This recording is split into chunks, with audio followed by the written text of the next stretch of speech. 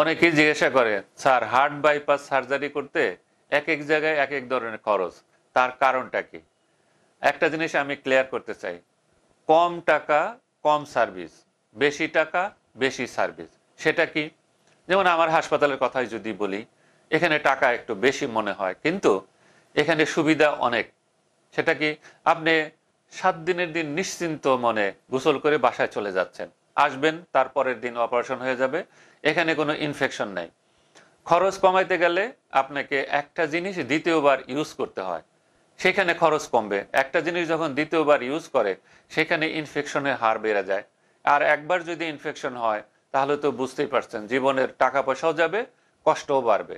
সেই ক্ষেত্রে যেখানে যেখানে খরচের ব্যাপার আছে, খরচ কমানোর কোনো রাস্তা নাই। আমার সেন্টারে আমরা একটা জিনিস যেটাকে বলি ডিসপোজেবল, একবার ইউজ করে ওটা ফেলে দেওয়া হয়।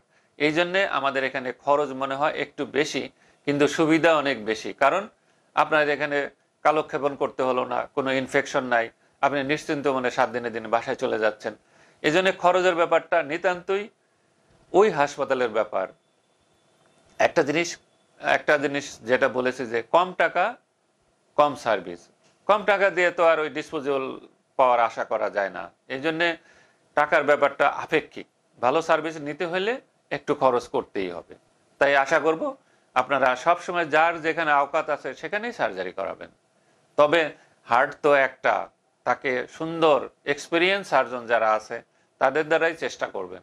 অনেক সময় কমপ্লিকেটেড বা টাকার জন্যে, এই কিছুদিন আগে আমার কাছে একটা রুগী আসছে যে স্যার আমার গ্রামের একটা হাসপাতালে 3টা রুগী মারা গেছে, 4র্থ রুগী আমার কাছে আসছে, তারা সাকসেসফুলি অপারেশন করে বাড়ি গেল। আমি যে আপনারা ওখানে গেছেন কেন? বলে স্যার একটু খরচ কম।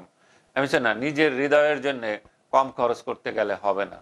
এই জন্য আমি আশা করব অবশ্যই যেখানে যার সুবিধা সেখানে বাইপাস করে নেবেন। খোদা হাফেজ।